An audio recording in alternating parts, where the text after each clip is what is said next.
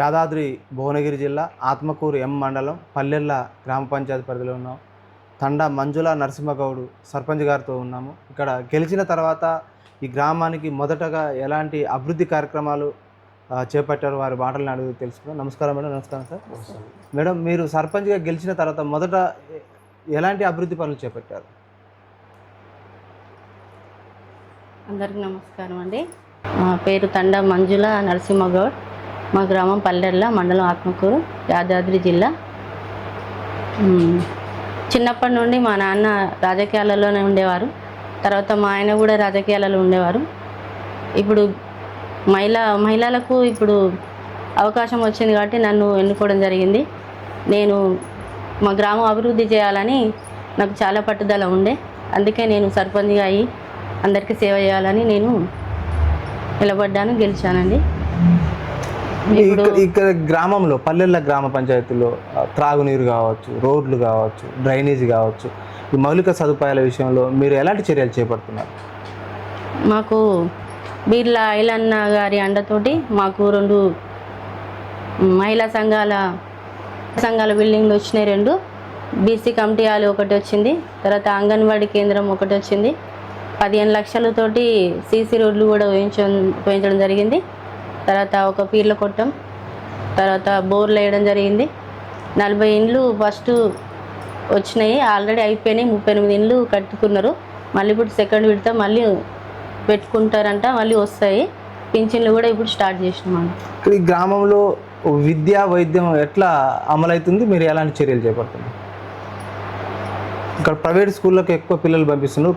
ప్రభుత్వ పాఠశాలల్లో చేరి పిల్లలు చదువుకోవడానికి మీరు ఎలాంటి చర్యలు చేపడుతున్నారు? ఒక సర్పంచ్గా మీరు ఎలాంటి ఇప్పుడు కార్యక్రమాలు చేపడుతున్నారు? గవర్నమెంట్ స్కూళ్ళు ఇప్పుడు టీచర్స్ అంతా మంచిగా చదువు చెప్పే వాళ్ళే ఎక్కువ ఉన్నారు, కానీ పిల్లలు అందరూ ప్రైవేట్ స్కూల్కి వెళ్ళిపోతున్నారు.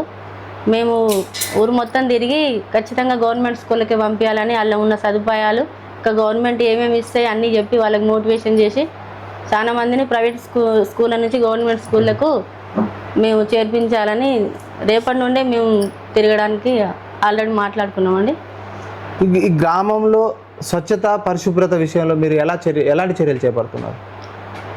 అది బాగానే ఉందండి. మంచిగానే వాటర్ అయినా పారిశుద్ధ్యమైనా ఏదైనా అన్నీ కరెక్ట్గానే చేస్తున్నారు. మంచిగానే చేపిస్తున్నామండి మేము. ఈ హరితారం పచ్చదనం, పరిశుభ్రత, చెట్ల పెంపక కార్యక్రమం ఏమైనా చేపడుతున్నారు? చేస్తున్నామండి. ఇక్కడ గ్రామాన్ని ఉన్న సమస్యల పట్ల ప్రజల నుంచి ఎలాంటి ఫిర్యాదులు వస్తున్నాయి? వాటి పరిష్కారానికి మీరు ఎలాంటి చర్యలు చేపడుతున్నారు? ఇప్పటి వరకైతే ఫిర్యాదులు ఏమీ లేవు. ఇండ్లు కావాలంటే ఇండ్లు ఆల్రెడీ కొన్ని అయినాయి, మళ్ళీ కావాలంటారు, మళ్ళీ పెట్టిస్తామని చెప్తున్నాం. ఇప్పుడు పింఛన్లు కూడా స్టార్ట్ చేసినామండి. ఇప్పటి వరకైతే ఫిర్యాదులు అంటూ ఏం లేవు. గ్రామ అభివృద్ధిలో ప్రజల భాగస్వామ్యం ఏ విధంగా ఉంది? ప్రజల నుంచి మీకు ఎలాంటి సానుకూల దృక్పథం దక్కుతుందంటారు? అందరూ మాకు మంచిగానే సహకరిస్తున్నారండి. ఇప్పుడు మీ పాలక మండలి, ఉప సర్పంచ్, వార్డు మెంబర్ల సహకారం ఏ విధంగా ఉంది? మీరు మీ పాలక మండలిలో తీసుకునే నిర్ణయాలు ఈ గ్రామ అభివృద్ధి దిశగా పోతున్నాయి అంటారా? ఖచ్చితంగా అండి. అందరూ మాకు మంచిగానే సపోర్ట్ ఇస్తున్నారు. ఖచ్చితంగా ఊరిని మంచి డెవలప్మెంట్ చేసుకోవాలి. ఈ కాంగ్రెస్ పాలనలో ఈ 5 సంవత్సరాలలో మాకు కావాల్సినవి అన్నీ మేము బీర్లా ఐలన్న గారి అండతో అన్నీ తెచ్చుకొని మా ఊరి అభివృద్ధి చేయించుకోవాలని మేము అనుకుంటున్నాం. కేంద్ర రాష్ట్ర ప్రభుత్వాల నుంచి నిధులు ఏ విధంగా అందుతున్నాయి? అందితే ఎలాంటి అభివృద్ధి జరుగుతుందంటారు? ఇంకా మన 15th ఫైనాన్స్ నిధులు పడ్డాయి సార్, సకాలంలో వస్తున్నాయి. వచ్చినాయి. ప్రభుత్వ సంక్షేమ పథకాలు ప్రజలకు ఏ విధంగా అందుతున్నాయి? ప్రజల నుంచి ఎలాంటి స్పందన కనిపిస్తుంది అంటారు? మంచిగానే ఉంది. ఇప్పుడు ఫ్రీ బస్సు, సన్న బియ్యం, కరెంటు బిల్లు లేదు, అన్నీ మంచిగానే ఉన్నాయని అంటున్నారండి. ప్రధానంగా యువత పెడదారి పట్టకుండా ఉండడానికి తాగుడు బానిస అవుతున్నారు, డ్రగ్స్కు బానిస అవుతున్నారు. యువకుల్లో చైతన్యం తీసుకురావడానికి అవగాహన సదస్సులు పోలీసు వారి సహకారంతో చేపడుతున్నారా మీరు ఒక సర్పంచ్గా? చేపడుతున్నామండి. మా ఊర్లోనైతే అలాంటిది ఏం లేదు, మంచిగానే ఉన్నారు. అందరూ కూడా మంచిగానే సహకరిస్తారు. అట్లాంటిది ఏం లేదు ఇక్కడ. యువకులకు ఉపాధి అవకాశాలు కల్పించడానికి మీరు సర్పంచ్ ఎలాంటి చర్యలు చేపడుతున్నారు? ఎమ్మెల్యే గారి సహకారం ఏ విధంగా ఉందంటారు? ఉపాధి హామీ ఆల్రెడీ నడుస్తుందండి. యువతకు ఉపాధి అవకాశాలు అంటే ఉద్యోగ కల్పన విషయం. ఉద్యోగాలు అంటే ఇక ఇప్పుడే కదా సార్, ఇంకా మేము అట్లా అది ఉపాధి హామీ పనుల్లో కూడా పెద్ద మనుషులకు కొంతమంది ఫింగర్ ప్రింట్స్ కానీ ఐరిస్ రావట్లేవట మా దృష్టి తీసుకొచ్చారు. మీరు వారికి ఆ ఐరిస్ రావడానికి ఈకేవైసీ లాంటి ఏమైనా చర్యలు చేపట్టారా? చేపట్టాము. ఇక్కడ మహిళలు కాంగ్రెస్ పార్టీ సీనియర్ నాయకులు నరసింహగౌడ్ గారు కూడా మనతో పాటు ఉన్నారు. ఇక్కడ సర్పంచ్గా వారి సతీమణి గారు సేవలు అందిస్తున్నారు. ఆ సేవల్లో ఈయన నరసింహగౌడ్ గారు కూడా ఆయన సహకారాలు ఏ విధంగా ఉన్నాయో వారి మాటలను అడిగి తెలుసుకున్నాం. సార్, ఇక్కడ మహిళా సంఘాల అభివృద్ధి కోసం ఈ గ్రామ పంచాయతీ ఎలాంటి చర్యలు చేపడుతుందంటారు? మహిళా సంఘాల గురించి మేము గత కాంగ్రెస్ ప్రభుత్వం ఉన్నప్పుడే ఒక మహిళా సంఘం బిల్డింగు పిల్లర్లు పోయడమే జరిగింది. అక్కడితోని టీఆర్ఎస్ ప్రభుత్వం వచ్చినాక 10 ఏళ్ళు ఉంటే కూడా ఒక్కసారి కూడా వాళ్ళకు మహిళలకే కానీ ఈ ఇండ్లే కానీ పెన్షన్సే కానీ ఏది కూడా పెట్టలేదు. ఆ 10 ఏళ్ళల్లో ఆ బిల్డింగు పిల్లర్ల వరకే ఆగిపోయింది. ఇప్పుడు కాంగ్రెస్ ప్రభుత్వం వచ్చినాక ఈ 2.5 ఏళ్ళల్లో ఆ బిల్డింగ్ పూర్తి చేసుకొని ఇంకోటి కూడా మహిళా సంఘాలకు ఒక బిల్డింగ్ పెట్టడం జరిగింది. మా దగ్గర 3 ఉంటాయి సార్. 3 ఇట్లల్లో మేము రెండు బిల్డింగ్లు పూర్తి చేసుకోవడం జరిగింది. ఇంకొక బిల్డింగు సిద్ధాపురానికి పెట్టుకోవాలని చెప్పేసి మొన్న ఎమ్మెల్యే గారు చెప్పడం జరిగింది. అది కూడా పెట్టిస్తామని చెప్పిండు. మహిళా సంఘాలకు వడ్డీ లేని రుణాలు ఇప్పించడం జరుగుతుంది.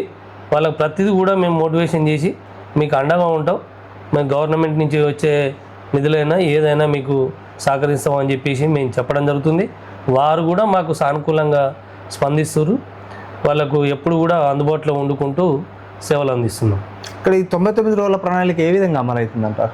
99 రోజుల ప్రణాళిక గౌరవ ముఖ్యమంత్రి గారు చేపట్టిన ఈ 99 రోజుల ప్రణాళిక మేము పారిశుద్ధ్యం చేయడమే చేసుకుంటూ, అదేవిధంగా వాటర్ సమస్య కానీ మేము ఈ ఇందులోనే సంబర్ వచ్చింది కాబట్టి ఒక 2 బోర్లు వేపించడం జరిగింది.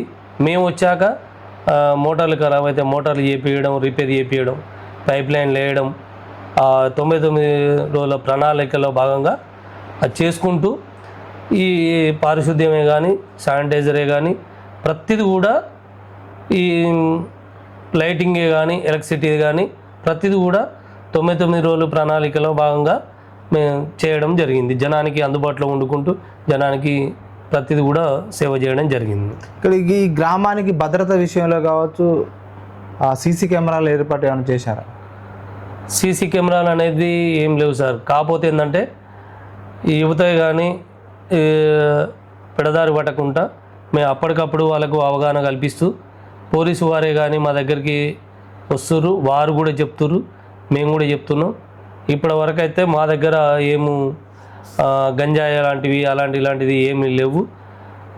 యువత కూడా వారికి చదువుకోవాలి, ఉద్యోగాల పట్ల మనం ముందుకు పోవాలని చెప్పేసి కూడా వాళ్ళని మేము ఎప్పటికప్పుడు మోటివేషన్ చేస్తున్నాం. ఈ మేజర్ గ్రామ పంచాయతీ ఇది పల్లెల్లో మేజర్. ఇక్కడ ఆర్థిక వనరులు ఏ విధంగా సమకూరుతున్నాయి, ఆర్థికేతర వనరులు ఏ విధంగా అందుతున్నాయి అంటారు? ఆర్థికంగా అంటే మనం 15th ఫైనాన్స్ మాకు ఒక 16 లక్షలు వచ్చి పడ్డాయండి. దాన్ని చేస్తున్నాము. జనరల్ ఫండ్ కింద ఇక వసూలయ్యేటివి అందులో ఉన్నాయి, అది పెడతాం. మాకు గౌరవ ఎమ్మెల్యే గారు వీళ్ళ గారు మేము అడగగానే ఒక 15 లక్షలు ఎంఎన్ఎన్జిఆర్స్ కింద సీసీ రోడ్లు పెట్టిండు. అలా అదేవిధంగా ఒకటి మహిళా సంఘం ఇంతకుముందు చెప్పినట్టుగా ఒకటి 10 లక్షల నుంచి మహిళా సంఘం బిల్డింగ్ పెట్టిండు. అవి కంప్లీట్ చేసుకోవడం జరిగింది. ఒకటి మాకు 3 ఇవి అంగన్వాడీస్ ఉంటాయి, కేంద్రాలు, అంగన్వాడీ కేంద్రాలు ఉంటాయి. అంగన్వాడీ కేంద్రాలల్లో ఒకటి ఎస్సీ కాలనీలో ఒకటి ఉంది, అక్కడ బిల్డింగ్ ఉన్నది. ఇంకోటి ఇక్కడ ఊళ్ళే 2 ఉంటాయి. రెండింటికి మొన్ననే కొత్తగా ఒకటి బిల్డింగ్ మాకు ఎమ్మెల్యే గారు ఇవ్వడం జరిగింది. అది నిర్మాణం జరుగుతుంది. ఇంకోటి కూడా అడిగినాం, పెద్దలు ఖచ్చితంగా ఇస్తామని చెప్పిండు. వారు కూడా సానుకూలంగా స్పందించారు. ఈ గ్రామ అభివృద్ధిలో ఎమ్మెల్యే గారి సహకారం ఏ విధంగా ఉందంటారు? 100% మాకు ఎన్నికలలో వచ్చి హామీ ఇవ్వడం జరిగింది. చెల్లె నీకు నేను ఎప్పటికైనా నేను అండగా ఉంటారా, నువ్వు ఏదంటే నేను అది చేస్తా అని చెప్పేసి ఆ రోజు సభాముఖంగా ఎమ్మెల్యే గారు చెప్పిండు. ఆ విధంగానే వారు మాకు ఎప్పుడు మేము పోయినా కానీ అడిగినా కానీ ఖచ్చితంగా నీకు చేస్తా అని చెప్పేసి మాకు అడగగానే నిధులు పెట్టడం జరిగింది. మళ్ళీ కూడా ఇప్పుడు ఒకటి మినీ హెల్త్ సెంటర్ అని చెప్పేసి, ఇది మేజర్ గ్రామ పంచాయతీ, మాకు మినీ హెల్త్ సెంటర్ కావాలి సార్ అని చెప్పేస్తే సరే మీరు పెట్టుకోరు అని చెప్పేసి సార్ కూడా చెప్పిండు. బిల్డింగ్ కూడా గ్రామ పంచాయతీ బిల్డింగ్ ఉంది, కానీ మేజర్గా మాకు పాపులేషన్ ఉంది కాబట్టి కొద్దిగా సరిపోతలేదంటే దాని మీద కూడా ఇంకో 5 లక్షలు పెడుతున్నా అని చెప్పేసి అన్నాడు. ఆ బిల్డింగ్ కూడా మాకు కట్టుకోమని చెప్పిండు. ఈ రోడ్ల విషయాల కాడికి వచ్చేసరికి మాకు గత ప్రభుత్వంలో ఏ ఒక్క రోడ్డు కూడా వేయలేదు. కాంగ్రెస్ ప్రభుత్వం ఉన్నప్పుడే రోడ్లు వేయడం జరిగింది, కానీ దానికి గుంతలు పడ్డాయి. మేము వచ్చాక మట్టి వేయడం జరిగింది. మట్టి పోస్తే తాత్కాలికమే అనేది అందరు కూడా తెలుసు కాబట్టి గౌరవ ఎమ్మెల్యే గారి దగ్గరికి పోతే వారు సానుకూలంగా స్పందించారు. నేను శాంక్షన్ చేపిస్తా కంపల్సరీ చేసిన అని అన్నాడు. దానికి టెండర్లు వచ్చేది ఉంది. ఆ టెండర్లు వస్తే ఆ రోడ్లు కూడా రెన్యువల్ చేయాలని చెప్పి కోరడం జరిగింది. అది కూడా చేపిస్తామని చెప్పేసి. కాబట్టి రైతులు మా దృష్టికి ప్రధానమైన సమస్యలు తీసుకొచ్చారు. గ్రామంలో రెవెన్యూ సమస్యలు ఉన్నాయంటారు. గత ప్రభుత్వంలో ధరణి పోర్టల్ వల్ల ఎన్నో భూ సమస్యలు, అంటే మిస్సింగ్ సర్వే నెంబర్లు కావచ్చు, సాదా బైనామాల పరిష్కారం కాలేదంటున్నారు. ఇప్పుడు భూభారత్ చట్టం వచ్చింది. ఈ చట్టం ద్వారా ఈ గ్రామంలో రెవెన్యూ సమస్యలు ఇంకా తీరాలంటున్నారు రైతులు. మరి ఇప్పటి వరకు ఎన్ని దరఖాస్తులు పరిష్కారమైన, ఇంకెన్ని పెండింగ్లు ఉన్నాయంటారు? ధరణి వల్ల రైతులు అనేది ఇబ్బంది పడ్డది వాస్తవం. ఈ భూభారతి చట్టం వచ్చినాక ఒక్కొక్కటి చక్కబెడుతున్నాం.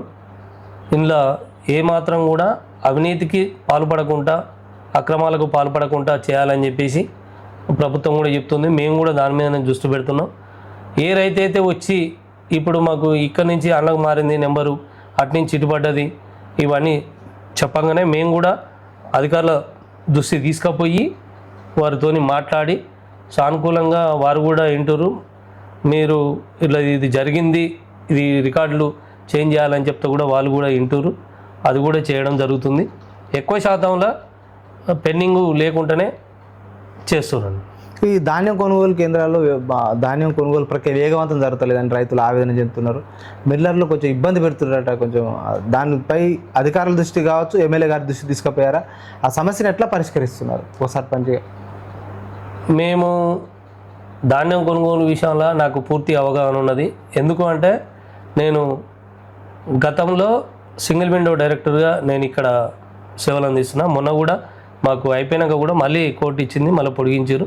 ఎవరో ముఖ్యమంత్రి కూడా దానికి సానుకూలంగా ఉన్నారు కాబట్టి ఇప్పుడు దాని గురించి మాకు పూర్తి అవగాహన ఉన్నది. నాకు రింగరాజుపల్లి పల్లెర్ల నేను ఒక డైరెక్టర్గా పనిచేస్తున్నా, సిసి బ్యాంకు డైరెక్టర్గా. వాస్తవంగా రైతులకు కొంచెం ఇబ్బందిగా అనేది జరుగుతుంది.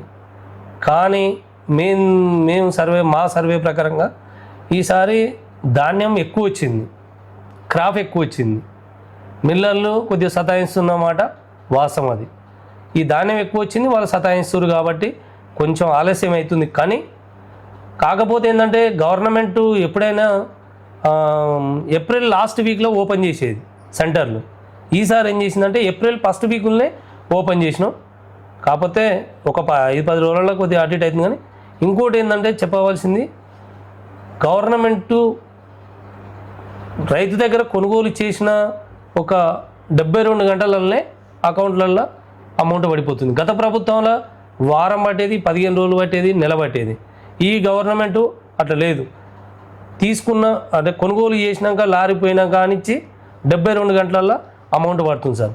ఈ కూడా మేము ఎమ్మెల్యే గారి దృష్టి తీసుకుపోయినాం. సరే అమౌంట్ అయితే పడుతుంది అంటే పడుతుంది అన్నాం. కానీ సార్ ఇది కూడా తొందరగా చేయాలి. ఇప్పటికీ కాలం నెత్తిమీదికి వచ్చింది. మనకు అందరూ మళ్ళీ ఒడ్లు పోసే టైం వచ్చింది. వర్షాలు మన అదృష్టం ఏంటంటే సరే వర్షాలు పడాలి, కానీ కాకపోతే ఏంటంటే ఈ ధాన్యం కళాలలో ఉన్నాయి కాబట్టి ఇప్పటిదాకా వర్షాలు పడలేదు కాబట్టి రైతులు కొద్దిగా ఊపిరి పీల్చుకున్నట్టు అయింది. లేకపోతే తడిసి కొద్దిగా ఇబ్బంది అవుతుండే, కొద్దిగా పాడైపోతుండే, ఇబ్బంది పడుతుండే. సరే 6 కాలం కష్టం చేసారు, ఇబ్బంది పడుతుండే. అట్లాంటిది కూడా సార్ మరి ఏం చేద్దాం, ఇట్లా ఇబ్బంది అవుతుంది సార్ అంటే మా ముందున్న కూడా ఎమ్మెల్యే గారు డైరెక్టు జేసీ గారితో కలెక్టర్ గారితో మాట్లాడారు. మొన్న కూడా మేము గుట్టకు పోయినాం. ఉత్తమ్ కుమార్ రెడ్డి కానీ, పొంగులేటి శ్రీనివాసరెడ్డి కానీ, శ్రీధర్ బాబే కానీ, గౌరవ మంత్రులు వచ్చారు, దాని మీద రివ్యూ చేసారు. సార్ మాకు సానుకూలంగా అనిపించింది, తొందరగా పంపించాలని చెప్పి కూడా వారు కూడా చెప్పడం జరిగింది సార్. మీరు పిఎస్సిఎస్ సొసైటీ సిగిల్ బిల్లు డైరెక్టర్గా పనిచేస్తున్నారు. రైతులకు ప్రధానమైన సమస్యలు ఏంటంటే రుణాలు ఉంటాయి కదా, తీసుకునే రుణాల విషయంలో సకాలంలో రుణాలు ఇచ్చే విషయంలో సొసైటీ పనితీరు ఏ విధంగా ఉంది, మరి రైతుల నుంచి స్పందన ఏ విధంగా అనిపిస్తుంది అంటారు? ఒకప్పుడు కోఆపరేటివ్ బ్యాంక్ అంటే ప్రజల్లో కొంత వ్యతిరేకత ఉండదు సార్. ఎందుకు అంటే అంజమాన్ బ్యాంక్ వాళ్ళు అనే పేరు వచ్చేది, కోఆపరేట్ అంటే కొందరు తెలియదు కాబట్టి అంజమాన్ బ్యాంక్ అనేది. వాళ్ళు ఏమనుకుంటారంటే వీళ్ళ దగ్గర బాకీ తెచ్చుకుంటే మాకు తలుపులు గుంజుకుపోయేది, చెమ్ములు గుంజుకుపోయేది, సర్వాలు గుంజుకుపోయేది అనేది ఒకటి అపోహ ఉండే. అదంతా పోయింది సార్. మేము వచ్చినాక మా బ్యాంకుని ఒక 6 కోట్లతోని రుణాలు ఇవ్వడం జరుగుతుంది. అదంతా రైతులు కూడా వాళ్ళకు కూడా మోటివేషన్ చేసినాం. వాళ్ళు మేము చెప్పాము కమర్షియల్ బ్యాంకుకు ఏ విధంగా పోతురో మన గవర్నమెంట్ బ్యాంక్ కాబట్టి 1 ఇయర్ లోపు కడితే వాళ్ళకు మిత్తిలో కూడా రాయితీ ఇచ్చారు, గవర్నమెంట్ తక్కువ ఇచ్చింది. మేము అది మోటివేషన్ చేయడం వల్ల రైతులు కూడా అట్లా కన్వర్ట్ అయ్యారు, వాళ్ళు కూడా కడుతురు, రుణాలు తీసుకోవడం ఇవ్వడం చాలా మంచిగా జరుగుతుంది. ఇప్పటి వరకు అయితే ఒక 6 కోట్ల టర్న్ ఓవర్తోని బ్యాంకు నడుస్తుంది. ఇంకా కూడా ప్యాడీకి సంబంధించిన ధాన్యం కొనుగోలు సంబంధించిన ఇది ఉంటుంది కదా, మనం కొనుగోలు చేసినది కమిషన్లే, కానీ ఒక 4 కోట్లతోని అట్లా మేము బ్యాంకులో కూడా నిల్వ ఉంచడం జరిగింది. దానికి బ్యాంకుకు సంబంధించి మార్కెట్లకు ప్రతిదీ కూడా వినియోగించుకోవాలని చెప్పేసి కూడా మేము అందులో పెడుతున్నాం. మా బ్యాంకు నుంచి కూడా మేము ఇక్కడ ఏది సార్ ఎమ్లకొండ ఎక్స్ రోడ్లో ఒకటి పెట్రోల్ బంకు పెట్టడం జరిగింది. అది కూడా దగ్గర పడ్డది, ఓపెన్ చేస్తామని చెప్పేసి కూడా చెప్పడం జరుగుతుంది. రైతుల వారసత్వాలు జరిగే అంటే ఖరీఫ్ సీజన్లో కాదు రబీ సీజన్లో వారసత్వాలు చేయడంతో పాటు ఒకే పంట వేయడం వల్ల కూడా భూసారం తగ్గిపోతే పంట దిగుబడి కూడా రావట్లేదు. పంట మార్పిడి విషయంలో మీరు ఒక డైరెక్టర్గా మీరు రైతులకు ఎలాంటి సూచన సలహాలు మీ సొసైటీ ఇస్తుందంటారు? సార్ మేము చెప్తున్నాం, గవర్నమెంట్ కూడా చెప్తుంది, రాష్ట్ర ప్రభుత్వం చెప్తుంది, కేంద్ర ప్రభుత్వం చెప్తుంది, మేము కూడా చెప్తున్నాం. మా దగ్గర ఏముంటుందంటే అంటే పల్లెరకు వచ్చేసరికి భీమలింగం కాలువ ఉందిగా సార్, మీకు ఇక్కడ నుంచి వచ్చే కాలువ మాకు మూసి వచ్చేస్తుంటుంది. మూసి వస్తే ఏంటంటే మనలో ఇప్పుడు వాటర్ ఫుల్ అయినప్పుడు ఒరే పెడదామని చెప్పేసి ఒరే పెడుతున్నారు. ఇందులో సార్ మీరు అడిగినట్టుగా పంట ఒక్కటే పెడితే రావట్లేదు, భూసారం పోతుంది. పంట మార్పిడి చేయాలంటే మా వాళ్ళు నీళ్ళు ఉన్నాయని చెప్పేసి ఇప్పుడు గవర్నమెంట్ ఏం చెప్తుంది, ఒకటి సన్నాలు పెట్టాలని చెప్తున్నారు. సన్నాలు పెట్టాలంటే మా వాళ్ళకు మా రైతులకు క్రాప్ తక్కువ వస్తుంది అనేది ఒకటి అందులో ఉంది. అది వాస్తవం కూడా, క్రాప్ తక్కువ వస్తుంది. కానీ మేము కూడా రైతులకు అవగాహన చేసేది ఏంటంటే క్రాప్ తక్కువ వచ్చినా గవర్నమెంట్ బోనస్ ఇస్తా అంటుంది కాబట్టి మనం దానికి కొద్దిగా కన్వర్ట్ కావాలని చెప్పేసి మేము రైతులకు కూడా మోటివేట్ చేయడం జరుగుతుంది. ఇక్కడ రైతులు ఏది వరి కోత కోసిన తర్వాత కొయ్యకాలకు నిప్పి పెడుతున్నారు. ఆ నిప్పి పెట్టడం వల్ల ప్రమాదాలు సంభవించడంతో పాటు వాయు కాలుష్యం ఏర్పడుతుంది, దాంతో భూ కాలుష్యం ఏర్పడుతుంది. అక్కడ మొక్కకి ఏదైతే మేలు చేసే క్రిమి కీటకాలు నశించిపోతున్నాయి, దిగుబడి తగ్గిపోతుంది. దీనిని నివారించడానికి మీ సొసైటీ నుంచి రైతులకు ఎలాంటి అవగాహన సదస్సులు నిర్వహిస్తున్నారు? అవగాహన సదస్సులు అంటే సార్ మేము మోటివేషన్ చెప్తున్నాం, గ్రూపులలో చెప్తున్నాం, ప్రతిదీ కూడా చేస్తున్నాం. వాస్తవం కూడా పెట్టొద్దు. ఇప్పుడు రైతులు కొంతమంది పెడతలేరు సార్. మాకు ఈ మధ్య కాలంలోనే ఒక 2 సార్లు 3 సార్లు ఫైర్ ఇంజన్ పిలిపించడం జరిగింది. ఒక బావి దగ్గర ఏమైందంటే 2 ట్రాన్స్ఫారాలు ఒక దగ్గర ఉండి అది పేలడం జరిగితే పోయింది సార్, ఒక 20-30 ఎకరాలు ఒకసారి తగలబడుకుంటూ పోయింది. మొన్న ఊరు పక్కకి గీడొక దగ్గర ఉంది, అక్కడ ఆకతాయిలు ఎవడో మరి నిప్పు పెట్టిండు. నిప్పు పెడితే అది తగలబడుకుంటూ పోగుకుంటూ బోర్ మోటార్లు, వైర్లు, షార్టర్లు అదంతా కూడా తగలబడుకుంటూ పోయింది. వాస్తవంగా కూడా రైతులు వాళ్ళకు అవగాహన వచ్చేసింది, గవర్నమెంట్ చెప్తుంది మనం నిప్పు పెట్టొద్దు, తలగబెట్టొద్దు, ఈ భూసారం పోతుంది, అందులో ఉండే ఎర్రలే కానీ క్రీములు కానీ అవన్నీ కూడా తగలబడిపోతాయి అని చెప్పేసి కూడా రైతులకు ఒక అవగాహన ఉంది. దాన్ని కూడా మేము కూడా చెప్పడం జరుగుతుంది, వాళ్ళు కూడా పాటిస్తున్నారు. సో యూరియా కొరత గత సంవత్సరంలో సంభవించింది. ఇప్పుడు నానో యూరియాపై ఎలాంటి అవగాహన ఉందంటారు రైతులకు? నానో యూరియాపై ఎలాంటి అవగాహన సదస్సులు నిర్వహిస్తుంది మీ సొసైటీ? నానో యూరియా గురించి ఇంకా కొంచెం జర డెత్గా పోవాల్సింది సార్. ఎందుకంటే ఎవరు కూడా ఇప్పుడు మనం చల్లడం, ఇప్పుడు యూరియా చల్లడాన్నే మనం అలవాటు పడ్డాం, స్ప్రే చేయడం చల్లడానికే అలవాటు పడ్డారు. స్ప్రే అయితే అంత దిగుబడి రాదో ఏమో అనే ఉద్దేశంగా ఈ పని చేస్తున్నారు. మేమేమంటున్నాం అంటే ఇప్పుడు పోయినసారి కూడా అదే చెప్తున్నాం, ఇప్పుడు కూడా చెప్తున్నాం. సరే నానో యూరియాకే మన స్ప్రేకే మనం అలవాటు పడాలి.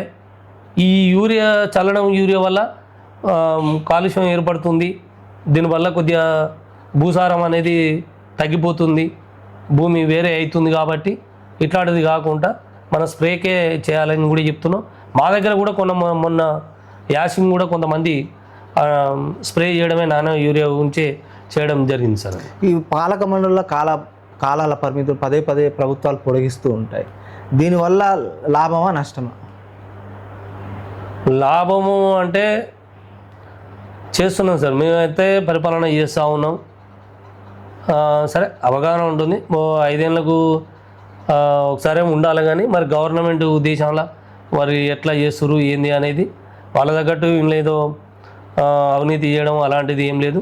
ప్రజలకు సేవ చేస్తున్నాం అనే ఒక తృప్తే మాకు మిగులుతుంది, అట్లే చేస్తున్నాం. ఆ స్ఫూర్తితోనే మాకు ఈరోజు కూడా పల్లెర్ల కాడ సర్పంచ్గా ఎన్నుకోరు, మాకు భారీ మెజార్టీ ఇచ్చారు.